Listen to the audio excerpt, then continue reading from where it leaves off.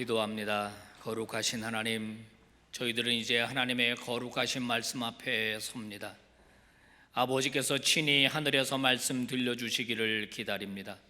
부족한 종의 입술을 도구로 사용하실 때 우리 안에 주의 말씀만 가득하게 하옵소서. 예수님 이름으로 기도 올리옵나이다. 아멘. 오늘 어버이 주일, 부활절 네 번째 주일, 내 부모를 공경하라 라는 제목으로 말씀을 증거합니다. 예전에 중국에서 출간된 책입니다. 13억 중국 대륙을 울렸던 책인데요, 책 제목이 어머니와 함께한 900일간의 소풍입니다. 99세의 어머니가 결혼하고 평생 여행을 한번 못 가봤습니다. 99세가 됐는데 아들한테 여행을 좀 하고 싶다고, 남쪽에서 살고 있었는데 저 북쪽 서장 지역까지, 제가 알기로 한 9만 킬로 된다고 얘기를 들었어요. 어마어마한 거리입니다. 아들이 부인을 잃고 혼자 되었는데 아들이 74살입니다. 74살의 아들이 99세의 어머니를 모시고 여행을 가려고 하는데 돈이 없어요. 그러니까 자신의 자전거에다가 리어카를 붙들어 맵니다. 그리고 얼기설기 저렇게 집을 만들어서 그 안에 취사도구를 싣고 어머니랑 여행을 떠납니다. 어머니는 흥분이 돼가지고 곱게 옷을 차려입고, 애비야 너무 좋다, 너무 좋다. 근데 여러분, 저렇게 아들이 자전거를 밟고 저 뒤에 앉은 여행이 뭐 얼마나 대단하겠습니까마는 어머니는 행복해 하십니다. 둘이 여행하다가 다투는 얘기, 우박 떨어진 얘기, 오줌 실수한 얘기, 이런 얘기가 이 책에 쭉 기록이 되어 있습니다. 중국의 효자다, 중국의 효자. 그런데 하얼빈쯤 올라가다가 어머니가 세상을 떠나요. 아들은 장례를 치릅니다. 그리고 그 유골함을 바로 저 자전거에 싣고 나머지 여행을 마칩니다. 아마도 어머니에게 돌아가셨지만 어머니가 보고 싶은 곳을 마지막 보여주고 싶다는 마음으로 이렇게 900일간의 여행을 마칩니다. 얼마나 감동적인 이야기인지 모르겠어요. 성도 여러분, 이런 감동적인 얘기만 있는 것은 아닙니다. 또 이런 황당한 얘기도 있어요. 어느 인질범이 할머니 한 분을 납치했다고 합니다. 그래서 집에다가 전화를 했어요. 며느리가 받았습니다. 나 납치범이다. 너의 어머니를 납치했다. 5천만 원을 보내라 그랬습니다. 며느리가 뭐라고 말했을까요? 5천만 원이 어디 있어요? 죽이려면 죽이세요.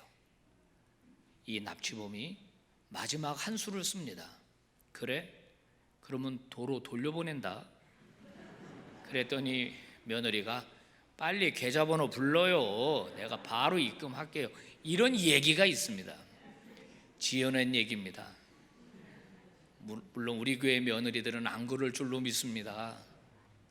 여러분, 해마다 노인을 학대하는 건수가 늘어나고 있습니다. 2016년도에 4,200건입니다. 2020년도에 6,200건입니다. 5년 사이에 50%가 증가했습니다. 여러분, 도대체 이 도표는 뭘 보여주고 있는 겁니까? 지금처럼 풍요로운 세상이 어디 있습니까? 그런데 부모는 점점 학대받고 있습니다. 누가 학대했을까요? 자식들입니다. 배우자입니다. 더 안타까운 건 아들이 1위입니다. 학대 1위. 아들만 있는 집 큰일 났어요. 물론 딸도 있고 배우자도 있지만 아들이 1위로 나타났어요. 디모데 후서에서 성경은 말세의 징조 가운데 하나가 부모를 거역하는 일이다, 이렇게 적어놓고 있습니다. 세상이 점점 망조가 들고 있는 것 같습니다. 점점 종말로 치닫고 있는 것 같습니다. 도대체 이렇게 많이 배운 때가 없는데, 이렇게 많이 공부하고 이렇게 많이 가르친 때가 없는데 도대체 우리 자식들은 왜 이러는 걸까요? 많은 죄가 있지만 진짜 용서받지 못할 죄는 받지 못할 사랑을 받았으면서도 그 사랑을 배반하는 죄, 그게 가장 중한 죄가 아닐까 생각을 합니다. 여러분, 성경은 불효자식에 대하여 뭐라고 말하고 있을까요? 성경은 단호합니다. 섬뜩합니다. 출애굽기 21장 15절 한번 봉독해 봅니다. 시작. 자기 아버지나 어머니를 치는 자는 반드시 죽일지니라. 자기 어머니나 아버지를 치는 폐륜 범죄를 저지른 자식은 죽여라. 이게 성경의 명령입니다.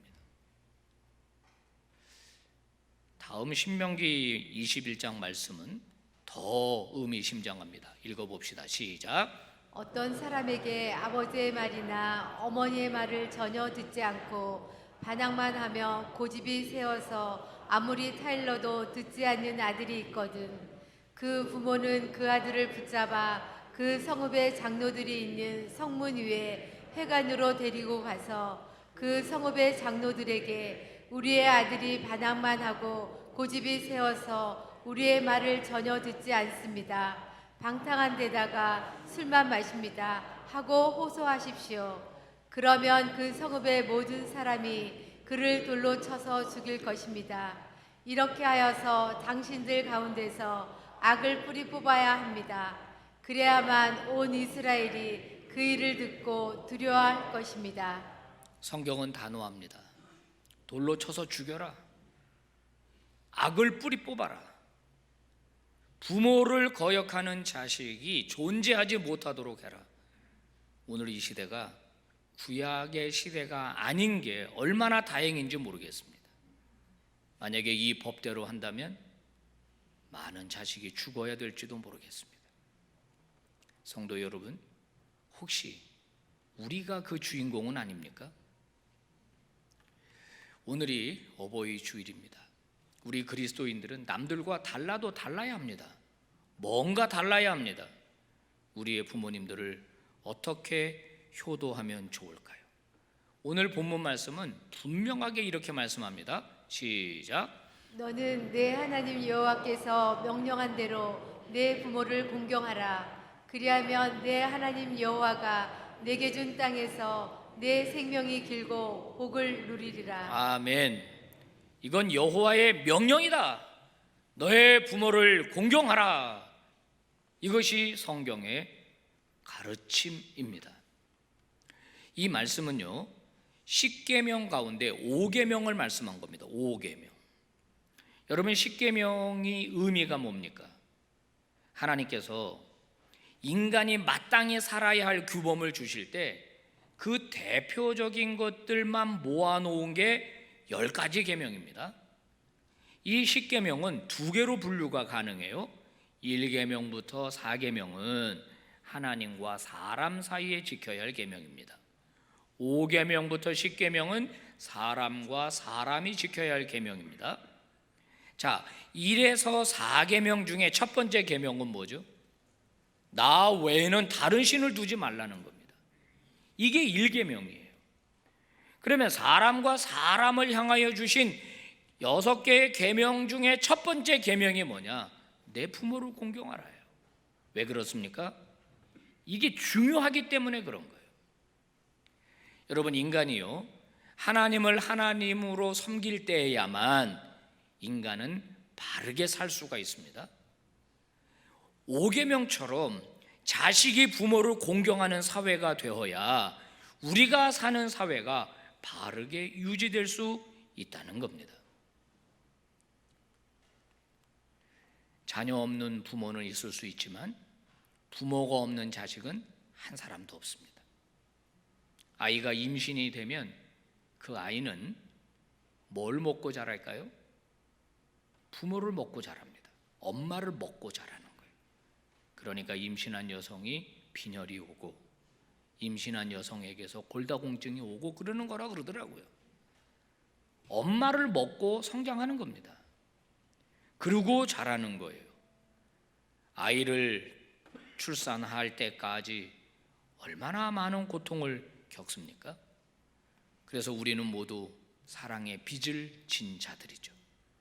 사람 구실할 때까지, 소위 사람 구실할 때까지, 우리가 결혼하고 독립하고 독립적으로 살 수 있을 때까지 부모의 사랑은 그치지를 않습니다. 어떤 분이 아유 목사님 이제 다 끝났습니다. 우리 애들 다 시집장가 보냈어요. 아이고 훌륭하십니다. 그랬더니 옆에서 아이고 이제 시작이야. 좀 있어봐. 애기 데리고 와. 애기 또 고생이 시작된다 그래요. 애프터 서비스도 아니고 이제는 자기들이 좀 해야 되는데 또 부모를 의존하고 부모를 의지하고, 결국 부모가 눈 감을 때도 자식 걱정에 눈을 못 감는다는 거 아닙니까? 그게 부모라고 하는 겁니다. 성경은요, 이게 마땅한 일인데 이거 하면 복 준다고 말씀하고 있어요. 마땅한 일인데 하나님이 복을 주시겠다라고 부언한 이유가 뭘까요? 안 하니까. 마땅한 일인데도 안 하니까 하나님이 복을 주신다고 약속해 주신 겁니다. 성경에 보니까 효자 효부들을 하나님 크게 쓰시더라고요. 불효자식은 사용하지 않습니다. 대표적인 인물이 룻입니다. 요즘 우리가 계속 이 룻기를 묵상하고 있었지 않습니까? 룻 입장에서 보면 시어머니 나오미는 좀 미안합니다. 표현이 좀 죄송합니다. 혹입니다. 혹덩어리. 아무런 도움이 되지 않습니다. 자기 혼자 빌어먹어도 다 먹지 못하는 상황 속에서 시어머니 입까지 딸렸습니다. 그녀는 얼마든지 시어머니를 보내고 자기 친정으로 돌아갈 수 있었어요. 근데 하나님 때문에, 어머니에 대한 사랑 때문에 이 젊은 며느리 룻은 시어머니를 따라서 베들레헴으로 오지 않습니까? 나오미가 물론 이 룻에게 여러 번 돌아가라고 얘기했지만 듣지 않습니다. 유력한 부자 보아스가 룻을 예쁘게 본 이유는 외모 때문만은 아닐 겁니다. 얼마든지 보아스 입장에서는 처녀들, 얼마든지 더 좋은 조건의 자매들을 고를 수 있었을 거예요. 근데 한 번 결혼했다가 실패한 룻을 왜 주목해서 바라본 겁니까? 바로 어머니를 향한 그녀의 태도 때문이었어요. 그게 예뻐 보인 겁니다. 그런 여자를 부인으로 얻고 싶었던 겁니다. 결국 룻의 효도는, 그녀의 효심은 보아스를 감동시켰고, 뿐만 아니라 그 후손에서 다윗이 태어나고 그 후손에서 예수 그리스도가 태어나는 놀라운 복을 얻게 된 겁니다. 성도 여러분, 효도하면 하나님이 복 주십니다. 아멘 소리 보십시오. 이거 아멘 하시기 바랍니다. 아멘입니다. 아멘이에요. 그 다음에는요, 효도를 하잖아요. 그러면 자기가 자기 자신을 인정하게 돼요. 제가 이런 설교를 매년 절기 때마다 하지만 사실 저도 고개를 못 듭니다. 이런 설교할 때마다 가슴이 찔리는 분들이 있죠. 왜 그렇습니까? 자기에게 떳떳하지 못하기 때문이에요. 그런데요, 내가 충분히 최선을 다해서 부모님에게 섬기는 사람들은요, 자기 자신이 인정을 하는 거예요. 자신을. 여러분, 이거보다 큰 복은 없어요. 또 하나는 남들이 인정해 줍니다. 효자, 효부, 부모님에게 잘하는 사람은 진짜 괜찮은 사람입니다. 그 사람이랑 거래해도 돼요. 그 사람이랑 사업해도 돼요. 그 사람이랑 교제해도 돼요. 여러분, 남들이 인정해 주는 것, 이거 역시 큰 복이죠.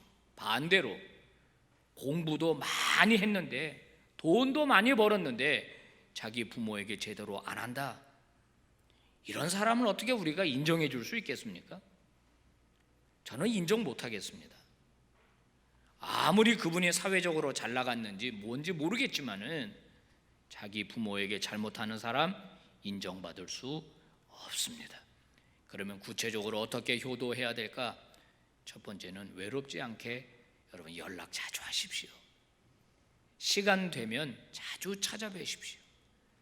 이 노인 연구를 하는 분들이 노인에게 가장 큰 적이 외로움이라 그러더라고요. 적적한 거예요. 점점 혼자 되지 않습니까? 이럴 때 자식들이 얼마든지 연락해야 돼요. 전화하면 잔소리하고 뭐 어쩌고 저쩌고 그래도 하셔야 합니다. 그게 효도예요. 두 번째는 건강을 돌봐드려야 됩니다. 늙으면 질병들이 생기게 마련이죠. 노인들은 자각 증상이 떨어지세요. 물론 어떤 분들은 잘 하시는데 또 돈 들어갈까 봐 병원에 안 가는 분도 계시더라고. 자식에게 짐이 된다고. 이걸 누가 챙겨드려야 되겠습니까? 조금만 돌봐드리면 되는데, 우리나라 같이 의료 시스템이 잘 되어 있는 나라, 돈 많이 안 들여도 고칠 수 있는 나라인데 건강 여러분 돌봐드리시기를 바랍니다. 세 번째, 믿음입니다. 믿음 생활 잘하는 분들은 참 고맙습니다. 근데 우리 어머니 아버지는 아직도 믿음이 없다. 여러분 이거 진짜 신경 써야 됩니다. 제가 전에 어떤 기독교 TV를 보니까 한 여집사님이 예수 믿지 않는 자기 친정 엄마를 예수 영접시키려고 애쓰는 걸 봤습니다. 그냥 엄마한테 막 선물을 막 보내는 거예요. 엄마랑 전화를 하는데 엄마가 그래요. 너 이상하다. 나한테 왜 이렇게 잘해주냐? 너 좀 수상하다 그러는 거예요. 아니야 엄마, 아니야 엄마. 엄마 사랑해서 그래. 너 왜 안 하던 짓 하냐? 엄마 이번 추석에 찾아뵐게요. 그리고 보니까 물론 방송국에서 기획을 한 거이긴 하지만은 교구 목사님이랑 같이 갔어요. 추석 때. 그때는 엄마가 그러는 거야. 너 이거 하려고 나한테 잘해줬구나. 그런데 네가 그토록 원한다면 내가 예수 믿을게. 그러면서 그 교구 목사님이 예수 영접받은 다음에 세례 베푸는 걸 봤어요. 황금 수의를 입는 게 효도입니까? 좋은 관에 모시는 게 효도입니까? 장례 보험 들어드리는 게 효도입니까? 진짜 효도는 어머니 아버지 예수 믿게 해드리는 거예요. 여러분 좀 이벤트 좀 하세요. 아직 예수 안 믿는 부모님이 있다면 이벤트 좀 하세요. 돈 좀 쓰세요. 그래서 돌아가시기 전에 꼭 예수 영접할 수 있도록 도와드리기를 바랍니다. 마지막 제일 중요한 거예요. 경제적 필요를 채워드리세요. 돈 없다고요? 다만 얼마라도 조금 더 경제적으로 고생하시지 않도록 여러분 용돈 많이 좀 보내드리세요. 에이브라함 링컨에 대한 일화가 참 많습니다. 여러분 들어보신 적이 있을 텐데 이분이 대통령이 되고 상원에서 연설을 하고 내려오는데 상대 당 측 의원이 이 망신을 주려고 아브라함 링컨한테 이렇게 이야기를 했답니다. 내가 당신 아버지를 잘 압니다. 당신 아버지 구두 수송공이었죠. 어쩌다가 그 아들이 이렇게 출세했네요. 그러면서 자기 구두를 딱 벗더니 이 구두 당신 아버지가 만든 겁니다. 그러더라는 거예요. 얼굴색도 하나도 안 변하고 링컨이 이렇게 말했다죠. 아이고 의원님 고맙습니다. 우리 아버지 생각나게 해주셔서 정말 고맙습니다. 우리 아버지 구두 수성공이죠. 맞습니다. 우리 아버지 구두를 잘 만드셨습니다. 저는 그런 아버지가 자랑스럽습니다. 제가 어릴 때 어깨너머로 좀 배웠는데 의원님 구두 망가지면 저한테 가져오십시오. 제가 고쳐드리겠습니다. 얼굴이 빨개졌다는 거죠. 아버지가 구두 수성공이면 어떻습니까? 아버지가 못 배웠으면 어떻습니까? 어머니가 못 배웠으면 어떻습니까? 성도 여러분, 우리 어머니 아버지를 자랑스럽게 생각하기를 바랍니다. 오늘 어버이 주일입니다. 우리의 효도를 돌아봐야 할 것입니다. 물론 우리 어머니 아버지 중에서는 우리에게 상처를 준 분도 계실 겁니다. 우리를 어렵게 한 분도 계실 겁니다. 그런데 이제 와서 무슨 잘잘못을 따지겠습니까?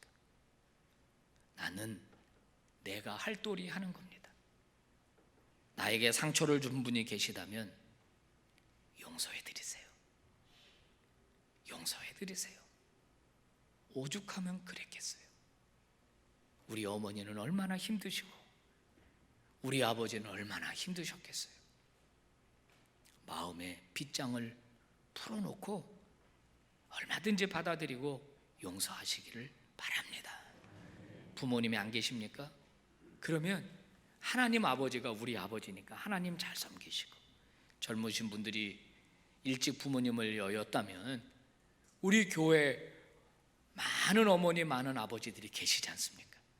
그분들을 내 어머니 내 아버지로 모시고 더 잘 섬기는 그런 믿음의 종들 되시기를 주의 이름으로 축복합니다. 달라지셔야 합니다. 변화되셔야 합니다. 예배 끝나고 당장 시골에 계시다면, 다른 곳에 계시다면 전화하십시오. 그리고 잘못했다고, 그동안 더 많이 못 찾아뵈서 잘못했다고, 오늘 말씀 듣고 내가 회개한다고, 그리고 연락하십시오. 그리고 용돈도 좀 많이 보내드리십시오. 오늘 성경의 말씀입니다. 같이 봉독합니다. 너는 내 하나님 여호와께서 명령한 대로 내 부모를 공경하라. 아멘. 그리하면 내 하나님 여호와가 내게 준 땅에서 내 생명이 길고 복을 누리리라. 아멘. 기도하겠습니다. 하나님 아버지 고맙고 감사합니다. 저희들은 불효자식입니다. 그 사랑을 다 갚지 못했습니다. 아니, 어쩌면 다 갚을 수 없는지도 모릅니다. 그러나 최선을 다하게 하여 주시옵소서. 복받기 위해서가 아닙니다. 하나님의 가르침이기 때문입니다. 우리 예수 믿는 성도들, 예수 믿는 그리스도인들, 우리 빛과 소금의 성도들, 모두 소문난 효자들, 효녀들 다 되게 하여 주시옵소서. 예수님 이름으로 간절히 기도 올리옵나이다. 아멘.